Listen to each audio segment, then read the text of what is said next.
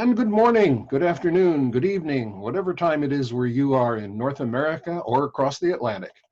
Alan Reddick here. Welcome all. This meeting of the Red Circle seems strange in many ways. It's our first virtual get-together, and it's happening in fraught times. Our guest today, Laurie King, calls it a reality bubble, and I think that's a pretty good description. Things do seem more than a little out of joint. But I've always said that Sherlock Holmes is literary comfort food, and comfort certainly seems like a good idea these days. Here, though the world explode, these two survive, and that's true whether these two are Holmes and Watson or Holmes and Russell. And now, here he is, the man who holds no office at all in the Red Circle because that way he can never be impeached, the man who's never missed a Red Circle meeting for the simple reason that he's the one who schedules them, and the man who's welcomed one and all to the Red Circle for lo these many decades. Here is Peter Blau. Peter, you click yourself on and take it away. Thank you, Alan. Yeah, it gives me great pleasure to welcome the Red Circle to the Red Circle.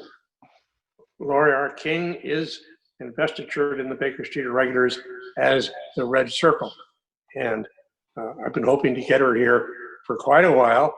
And really can't say that I'm glad we're in a shutdown, but Zoom does allow us to bring Laurie in to talk to us. Laurie started out innocently as a theology student and became an author, winning the Edgar from the Mystery Writers of America for Best First Novel for her first novel, A Grave Talent. And then she went on to create Mary Russell, who was discovered quite by accident by Sherlock Holmes. She became his apprentice, his partner, his wife, and now there are 27 books in print written by Laurie, which I think is a really great record.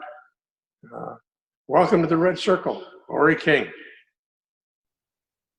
I was remembering the other day how early on these touring business, I met Peter at, I believe it was in Texas. And Peter was there as part of the Geology Society was having their annual conference. And somehow or other, he found out that I had a book event in Texas that same time. It probably was Houston. And invited me. And so this was my introduction to the world of the Sherlockian. And I was delighted because here were all these geologists who were interested in Sherlock Holmes. And what's more, they were very polite to me. They threw nothing at me in dinner, and they were very forgiving for my ignorance and my temerity. So here I am still ignorant and full of temerity, but I go on. So I wrote The Beekeepers Apprentice back in the 80s. It was published in 1994, the second book that I had published, although it was the first one I wrote, the first one I wrote completely. I had started another book beforehand, but didn't know how to end it, so I wrote The Beekeepers Apprentice. And discovered this world of Sherlock Holmes. Mary Russell is a sort of young female feminist version of Sherlock Holmes. And because it's always more interesting to put similar things next to each other so you can really look at the differences, I did that. I chose a time when Conan Doyle was finished with him, because that way I didn't have to write I didn't have the problems of writing pastiches, which are always, if you change your characters much in the course of the story, they don't fit anymore. Whereas if I picked up the story after the beginning of the Great War, Conan Doyle couldn't really see any of the Sherlock Holmes actions after that, because as far as he was concerned, Holmes was a Victorian Edwardian and didn't belong in that period of the 20s. So it was interesting for me to look at this devoutly Victorian gentleman and how he would interact with not only the people, including Mary Russell, of the post-war period, but the society and the mores and the values and the huge changes that took place in Britain and in the world after 1918. So I think the first half dozen or so books, you are looking at the world through the eyes of Mary Russell almost exclusively. There are a lot of scenes with Holmes in there. There are a lot of places where he has to give her information, and sometimes he tells her, sometimes he sends her a letter. And several books in, I had to give his version of matters, and found it easiest to just let him have his own chapters and see life through his eyes. And again, that opened up a lot of things to my eyes, because I began to see him as a character who would have changed under the influence of somebody like Mary Russell. That I became interested in him as a character, as somebody who grew and changed and developed and interacted with his new time and place and situation. So it's been interesting to look at not only the changes that he has created in this young woman, Mary Russell, but also in the changes that she created in him. That under the influence of having this challenging apprentice, partner, and then full partner, he is a different person from that Dr. Watson knew in the Baker Street days. So that's the sort of overall arc of the story that I've been working around for now, 17 books or however many it is. And so here I am with the two of them. The last book, they went off to Venice, where he developed a relationship with Cole Porter, because you can't write about Venice in 1925 without writing about Cole Porter. And of course, the two being musicians, the two interact in that level. So that's where the last book left them. And this book picks up when they're leaving Venice. And she finds herself on a luxury sailboat with a friend. And they end up in the south of France, where Mrs. Hudson has gone. So I get to write a lot about Mrs. Hudson, who I had set up a couple of books ago by revealing her unexpectedly racy past. And I don't know that I was directly influenced by the Sherlock series. It's not Uma Thurman. I'm blanking her name. The woman who plays Mrs. Hudson in that series. I'm not deliberately channeling her, but the two have a lot of similarities. The Mrs. Hudson's rather interesting and somewhat criminal past before she met Holmes, in the course not of being a landlady, but in the course of being turned into a landlady. And it was really fun to look back at the stories and work out a timeline in which my Mrs. Hudson could fit with Conan Doyle's Holmes, and particularly with an earlier Hudson of the Gloria Scott adventure. So I had a lot of fun fitting those pieces together like a kind of jigsaw puzzle. And I guess I did, because I haven't got a series of people saying, "Oh, that's not possible. You've got it all wrong." So either people are really polite, in which case, thank you, or else I got it in a way that you could kind of get away with. So that's where Mrs. Hudson came from.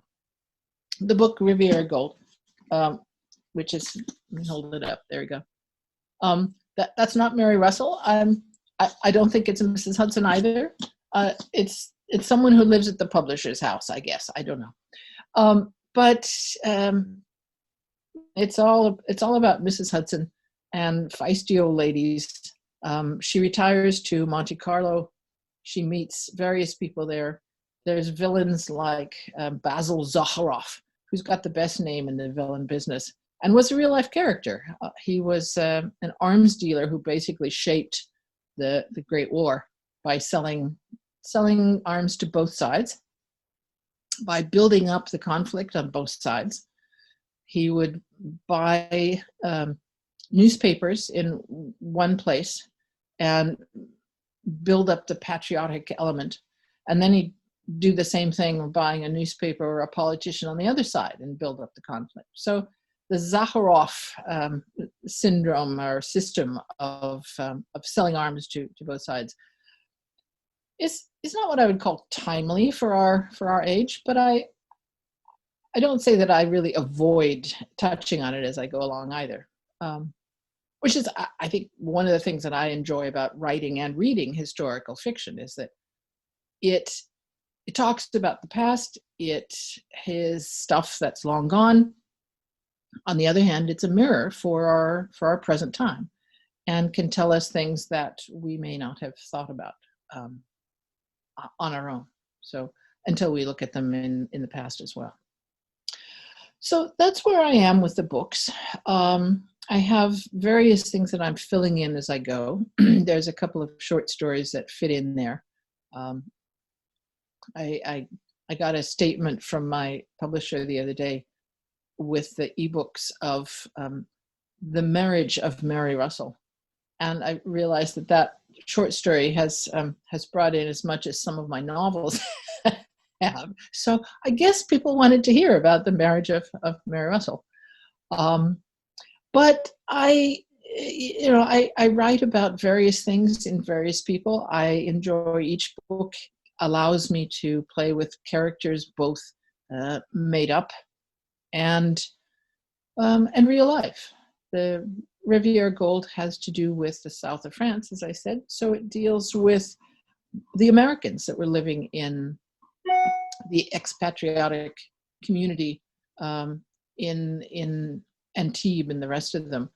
Sarah and Gerald Murphy invited all kinds of people, from Zelda and Scott Fitzgerald to Pablo Picasso to Hemingway's a little early. It's a little early for Hemingway's appearance. They don't meet until later in 1925. But I get to have all kinds of fun characters trooping through the south of France. I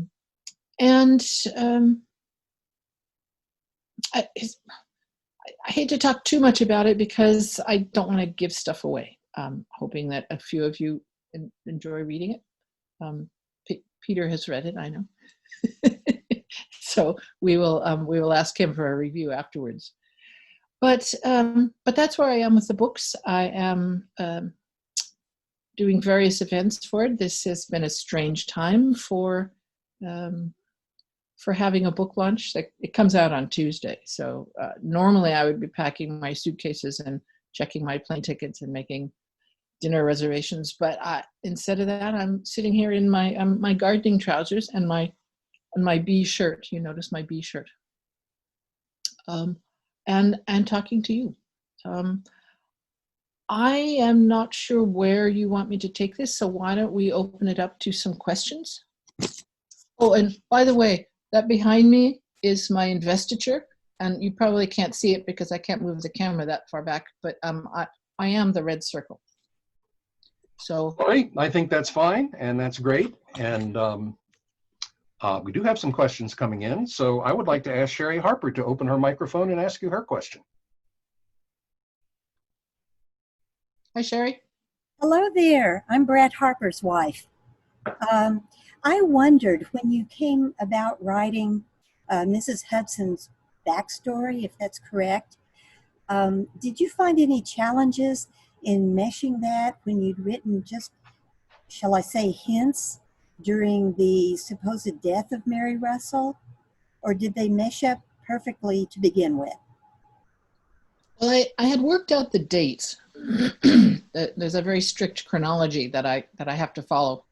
I'd worked out the dates for the murder of Mary Russell, which is the earlier one that talks about Mrs. Hudson. So I had to fit things around in there, but I did have some. I had to figure carefully which year she would, for example, she would have been in Monte Carlo, and which year she would have met Basil Zaharoff, because I had to look at where it goes there. I also had to, in fact, my first draft, I got it wrong because I had her as at the age of 70, and one of my beta readers, the good friend of mine who has been a fan for years, and in fact is the one who helps Mary Russell on Miss Russell's Twitter feed.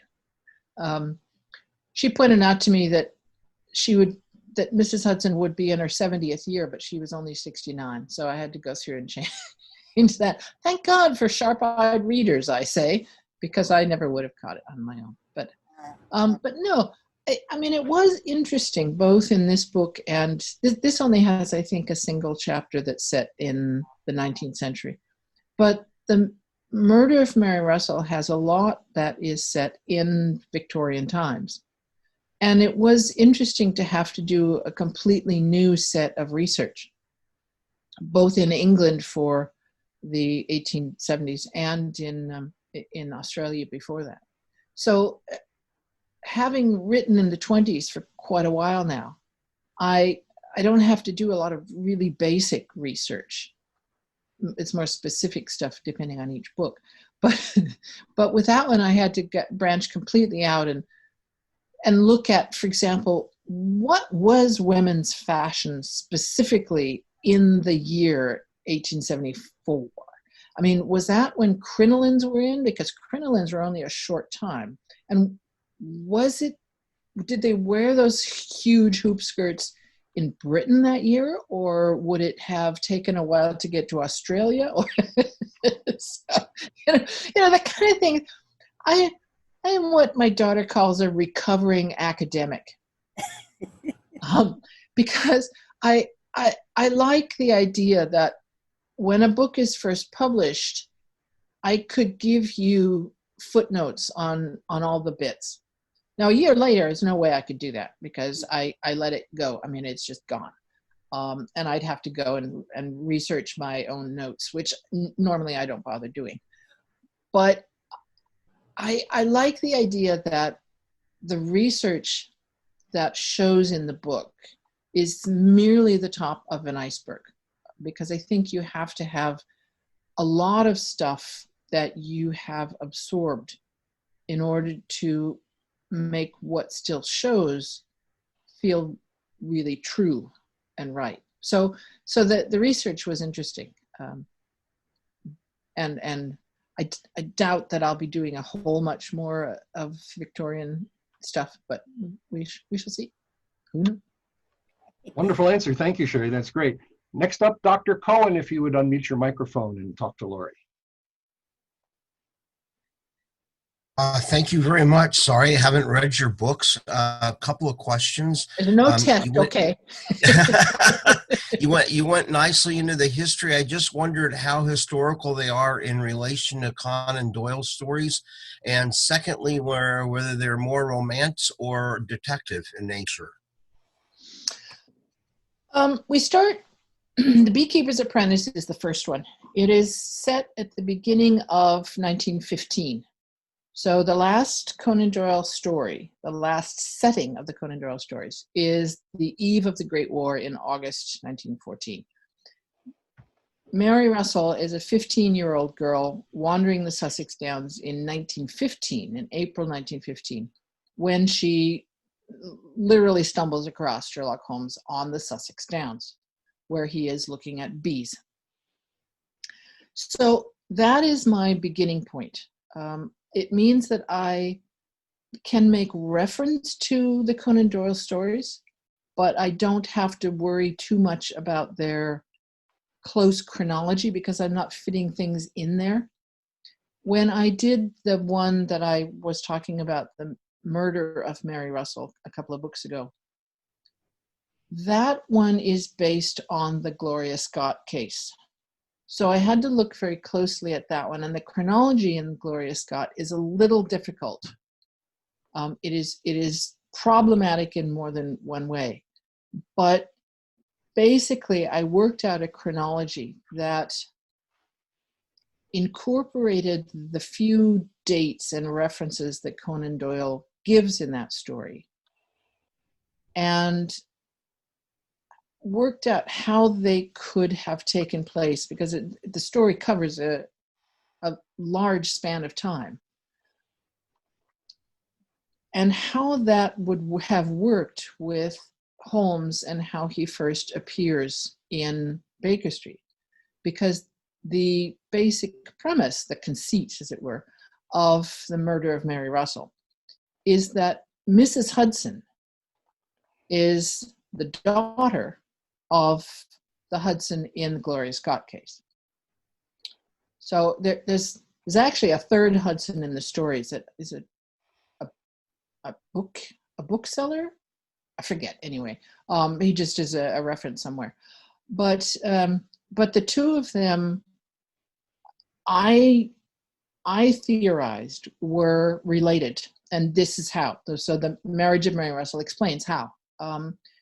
Sherlock Holmes is a very young man when they meet. He is, as we know, that's the Gloria Scott is his beginning case, and he is still an undergraduate when we meet him. He's finished, but he didn't have his degree. So I think I think in the story I say that he's 18, because of course in the 19th century, a very bright young man could show up at Oxford or Cambridge much earlier than they would now. So the chronology I have worked out is an alternative chronology, but that's hardly new for the Sherlockian world. So that is my story, and I'm sticking to it. Gonna stick with that story. I don't blame you. Thank you very much. And next, we'll go across the Atlantic to Marcus Geyser in London. Marcus, open your microphone and talk to us. Yes, hello, Laurie. Hello, everyone. Hello, yes, must admit that unfortunately I haven't yet read any of your stories. Yes, so just a very straightforward question. Mary Russell, what's your inspiration for the name? Well, for the name, if there is, I'm sure there is some inspiration. What can you tell us? Well, yes, I am. As I mentioned, I am a recovering academic. My background is theology. I did a master's degree in Old Testament at the Graduate Theological Union in Berkeley, and was later given an honorary doctorate by my seminary up there. So when I started writing the Beekeepers Apprentice, as you tend to do, I'm terrible with names. I need to come up with a name that fits a character before I can really find my way into that personality. So as I was sitting on my writing area, and I was looking at the books on my shelf, I came across two names. One was Rosemary Reuter, who wrote Feminist Theology. And Rosemary was too long, but Mary I thought worked well. And the other one was a woman named Letty Russell, who wrote books on Old Testament women. And I just put the names of them together. And so it became Mary Russell.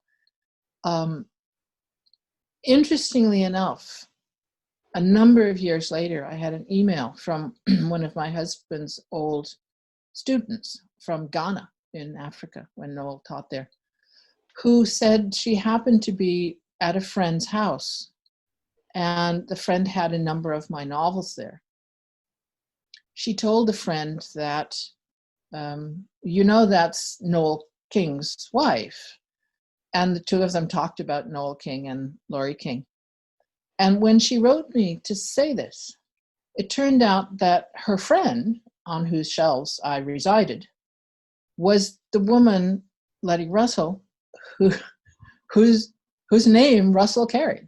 So this came, and it's this lovely full circle that Mercy Ododoye had tied the two together. And I love telling that story, obviously, because it's just such a nice close circle. It may not be a red circle, but it's a close circle. That's great. Thank you. And thank you, Marcus. Richard Chriskunis, am I pronouncing it right? If I am, or even if I'm not, open your microphone and ask your question. Yeah, my question is, what can you give us some examples of some of the changes that Mary Russell caused in Sherlock Holmes? Before I was married, I played softball 5 nights a week. And the next year, after we were married, I decided to play 1 night a week. So what were some of his changes? No shooting, no chemicals. Well, yeah, I mean, I think that it's any kind of close relationship is going to cause a person to step back and think about what their life is and how it works. And I think one of the interesting parts for me in the early books was when the two of them first meet, when Holmes is on the Sussex Downs in 1915, and Mary Russell, who has lost her family the year before, is also there. The two of them are very lonely, lost people. Holmes, because the war has left him behind. His skills are not required by His Majesty's government. And Russell, because she is an orphan and alone. So she comes under his tutorial wing, as it were, and learns all the skills of detecting, to which her mind is naturally fitted. But here is a man who has never had a real apprentice, and he's never had the experience of working with someone whose mind is a match for his. Dr. Watson has many strengths, but they are complementary to Holmes rather than similar. And to find somebody whose mind works like his is a challenge. And I think in those early books, you see him having to up his game, as it were, because there's various scenes. Their first meeting, she gets the better of him, which for those of us whose favorite scene in the canon is where Irene Adler says, "Good night, Mr. Holmes." It's a joy to write these scenes where he is challenged unexpectedly by this young woman. So I think that is that's the basis of where his changes come from, is the fact that he is now not simply the best and it's all easy because everybody else is really basically pretty stupid. That here's somebody who sees things he doesn't, who has a very different point of view. I mean, she is a modern young woman. She's a feminist. She is interested herself. An odd coincidence, this, but she's interested herself in theology. And these are things that he has problems with in some ways, but he is a great enough person and a large enough mind not to simply dismiss them because they are different and they are an unusual way for him to look at things. So I think that that business of him taking a step back and seeing that there may be a larger picture is where I find the changes in his personality interesting. Thank you, Richard. Thank you, Laurie. David Fessenden is next, if you will join us with your microphone. Okay. Laurie, I have only read God of the Hive, when I intend to correct that fault. But It's really fun. There's no test here. If I remember it correctly, you had this creative detail of a series of secret hiding places throughout London that Holmes had set up. The bolt holes. Yes. Yes. Okay. Good. I wasn't thinking of some other novel. That was what I was afraid of. It could have been, but they are in the books, yeah. But where did you come up with that? It was just a brilliant idea. I really thought it was great. I don't know. I guess. Oh, I think it's simply because he's moved his center to Sussex, and without some kind of base or collection of bases in the smoke, he has no way of interacting with the whole life that he's left behind in London. So I thought he must have preserved places that he could make use of, and I think in a couple of the early books too, reference is made that he does continue his professional life, that he appears to be retired, but in fact is not entirely. So if he has only appeared to be retired, then probably what he's doing is something that's fairly secretive and would need to have places other than, a house openly on Baker Street that he could return to. So it just seems like the logical step for somebody who wanted to cover his bases and remain active in London while he was off on the Sussex Downs. Yeah, it made me think of all these of the Doyle stories in places where Holmes just disappears for days at a time and then suddenly shows up, and I said, now I know where he was. Yeah, and the costumes that he comes up with, so she goes into this bolt hole and she finds these sort of transvestite dresses and shoes that just shock her to the core because she's 16 and there she is. So I have fun with these stories. So yeah, but yeah, you are remembering them correctly. Bolt holes. And if you're not having fun, why do it, right? I mean, that's. Well, if you're not, it's true. Debbie Mossberg is next. Yes.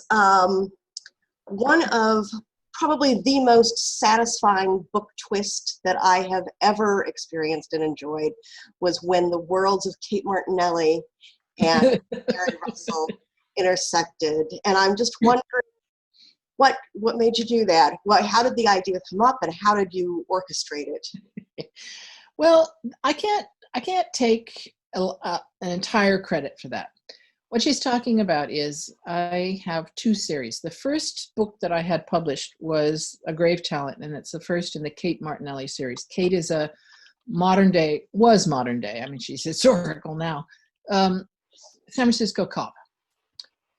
And there's 5 in that series. The Mary Russell stories are set, as I say, beginning in 1915. They're now up to 1925. Well, a few years ago, and I guess it was the early aughts, my then editor and I were having our annual or semi-annual conversation about what's next. And she said, sales would love it if now sales in the publishing world is where everyone puts things that they don't want to be accused of coming up with themselves. So that if they don't want to do something, it's because sales doesn't support it.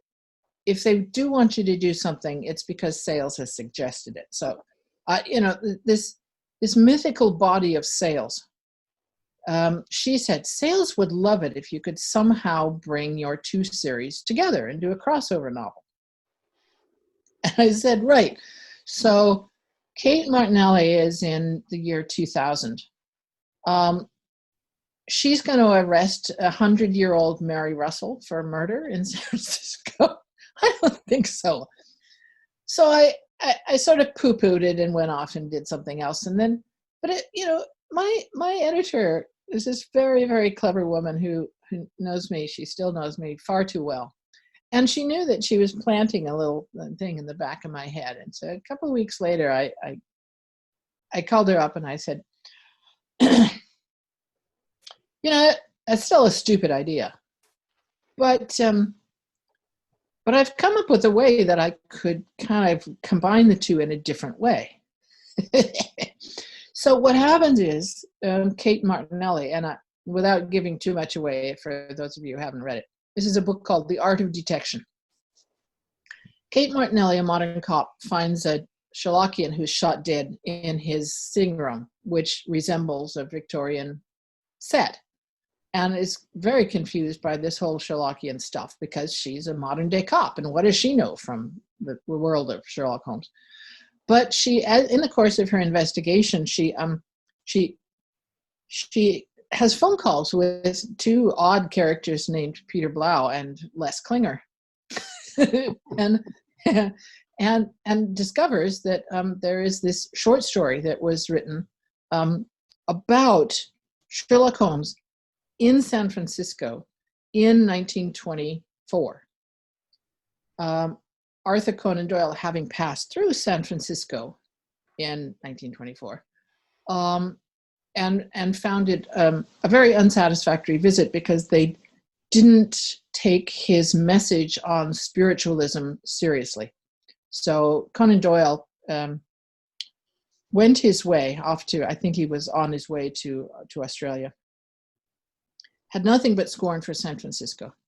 But it occurred to me that if while he was here, he had written a short story, here would be the short story that might have been written by Arthur Conan Doyle.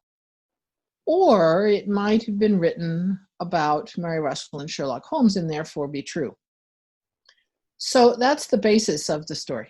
And every so often we excerpt the Holmes story. I had it excerpted, if that's a verb, on the website earlier this year, because it's about a transvestite singer in the Barbary Coast in the 20s. So, but it's one of those books that lots of people won't get the references to, but I had a good time with it, and clearly you did too.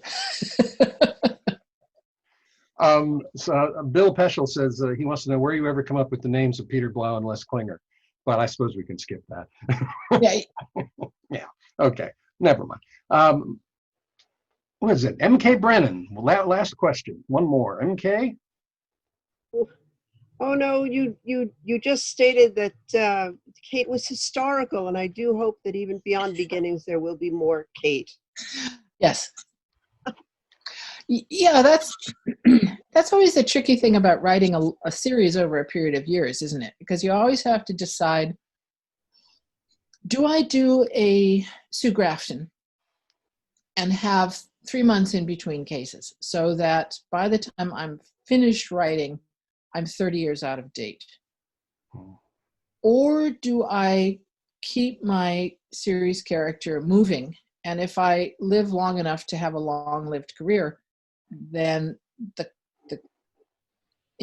protagonist's career has also lasted 30 years. Or do I just ignore it and I pretend that it's the same character that you saw first in 1989. And it's the same person. She's the same age. It's the same department, except with cell phones in 2020. I have continued the Kates in contemporary timeline, but there's only 5 of them plus a novella. So by the time the last one came out, she's not quite retired, but her partner is. And I think there'll probably be another one in a couple of years that will see her. Anyway, she's in her 50s now, so they're fun to write, but they're a longer period of time. Whereas the Russell and Holmes books, because they're historical, I can pretty much close out one case and open up the next one, which has been the case, because he's not getting any younger. My Holmes is about 10 years younger than the generally accepted Holmes. If you go by the chronology of Baron Gould, he's got a decade between us. I thought that Holmes could easily be younger. It doesn't have any places in the canon except the reference in his last bow to his age. But even that, it could be makeup. So again, there is my story. I'm sticking to it. There you go. And with that, we thank you so much, Laurie. So I just wanted to say that for those of you who have not yet discovered the Laurie King books, think of me as the Red Circle. And once within the rule of the Red Circle, no escape is possible. So there you go. You're now here. Words of wisdom, and we thank you so much, not only for being here, but for being such a good friend to everybody who's a Sherlockian. It's wonderful. It's wonderful to see you. Peter, that's what we had next. Peter Blau. I also want to thank Laurie, who I can't remember whether her website URL is on the screen, but she has a wonderful website. It's www.laurierking.com. There's a lot there. Laurie has fans. They're the Friends of Mary Russell. I think at least one of the members of the Friends of Mary Russell is with us today, Bill Mosteller. Laurie's website really is a lot of fun. I also want to thank Laurie for mentioning that once you're in the Red Circle, you can't get out. The Red Circle is one of the most inclusive Sherlockian societies. You don't have to do anything in order to be a member, and I will get to that a little later. Normally, this is the time when I give a forecast of everything that's going to be going on for the next few months, and that's fairly easy today because nothing much is going to be happening in the next few months, but something really did happen in January, and that was our annual birthday festivities. And I'd like to call on Carla Coop to tell us some stories about with Sherlock Holmes in New York in January. Thank you, Peter. This is just an overview. This year's birthday weekend celebrations. Can you hear me? Yes. Oh, you can. Okay. The celebrations began on Wednesday, January 15th, with the Adventuresses of Sherlock Holmes dinner, and concluded on Sunday, the 19th, with the Ash Brunch. In between were a smorgasbord of events with a selection of tasty morsels that suited everyone's palate.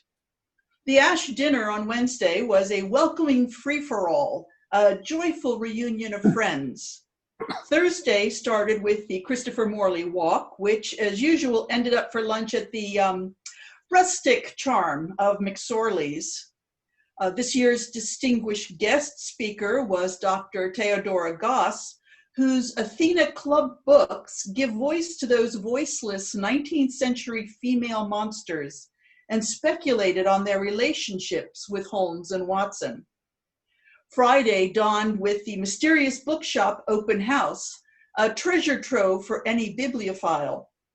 The William Gillette Memorial Luncheon provided its usual collegial atmosphere and featured the Friends of Bogey reading some newly discovered letters between Sherlock Holmes and Irene Adler. fascinating. We also saw the organizational torch passed from Susan Rice to Jen Aker. The Gaslight Gala and the BSI dinner provided entertaining evenings for all.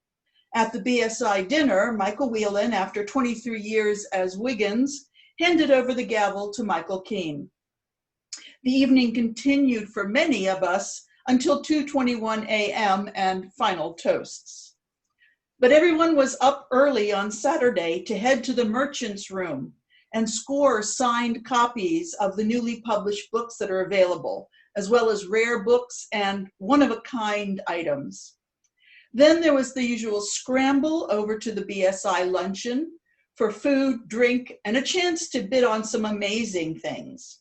Our own Peter Blau, in his iconic blue jacket, ably led the auction, and the proceeds of which go to the John H. Watson Fund. The afternoon would not be complete without Al and Betsy Rosenblatt's year in review in verse.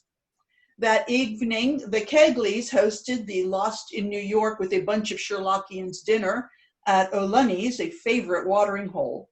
And the weekend wound up with hugs and sniffly farewells at the Ash Brunch on Sunday. For a more detailed report of the events, the Baker Street Irregulars have just posted their official weekend report at their website. It's definitely worth a read. And next year's celebrations are scheduled for January 6th through 10th, and I hope we can safely meet for another memorable Sherlock Holmes reunion. Okay, thank you, Carla. I mentioned that the Red Circle is inclusive. Traditionally, we have no dues, no entrance exam, no membership requirements, no treasurer, no treasury, but we do have our Red Circle pins. Almost sold out, but there's a new supply coming. Tom Fars is our committee on pins, and he's put in another order. If you would like to have your own copy of the pin, send Tom an email.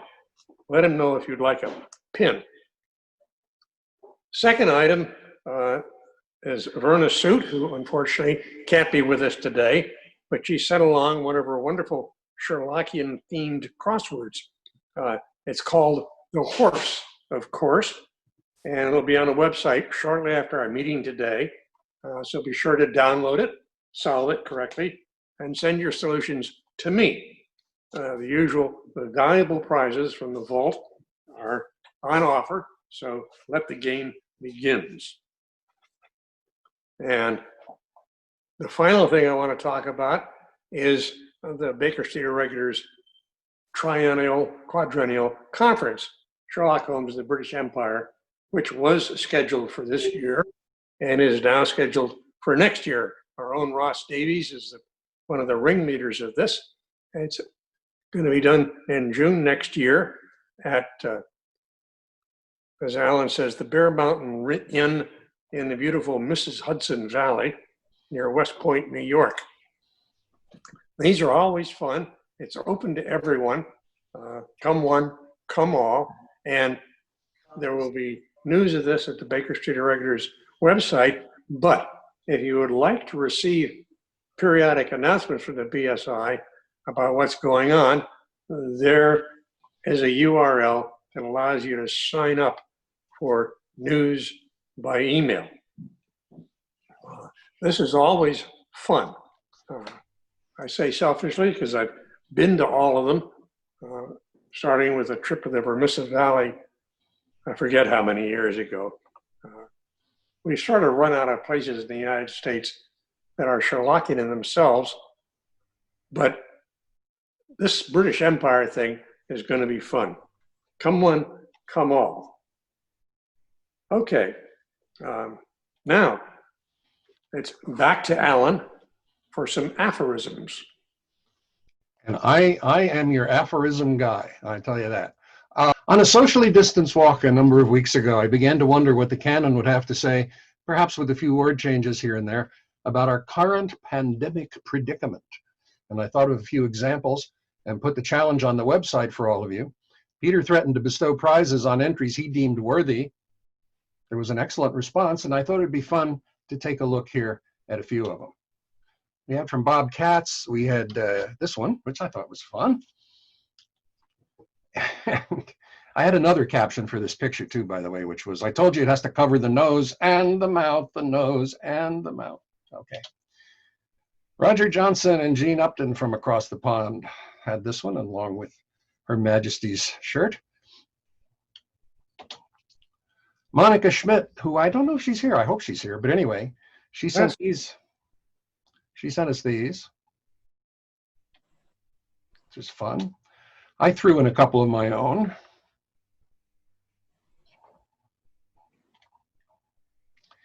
And let's see who else. Aha, this is the one Bev likes the best. She told me she likes this one. This one's great. Hand sanitizer. And then without any change at all from the original text, we have this one, which I thought was fun. And finally, from Julie up in where our hearts are, all of our hearts are these days up in Minneapolis, from Julie Makuris, which was great. So that's all there is to that one, Peter. And our thanks to everybody for making this our largest meeting ever. Now, special thanks to Laurie King for making today's meeting so much fun. If you'd like to see and hear more of Laurie today, she'll be doing a pre-launch party for Riviera Gold with Poison Pen Books. That's a conversation with her good friend Barbara Peters on Facebook today from 5 to 6 our time in Washington. And there will soon be a convenient link to the party on our website, www.redcircledc.org. Barbara Peters does these conversations. She's done them before with Laurie. They're always interesting. Thanks also to Alan Reddick, our webmaster and technical wizard, who has made participating in our first virtual meeting so easy for all of you, and especially for me. I'm looking forward to our next meeting, whether it's again virtual or one can only hope a real live meeting. It's grand that so many people have participated. And if there are any of you who are not already receiving announcements from the Red Circle, by all means, sign up. There's a link at our website. So, with our best wishes, yours until Reichenbach falls. Thank you, everybody. Bye-bye. Thank you. Bye. See ya. Bye-bye.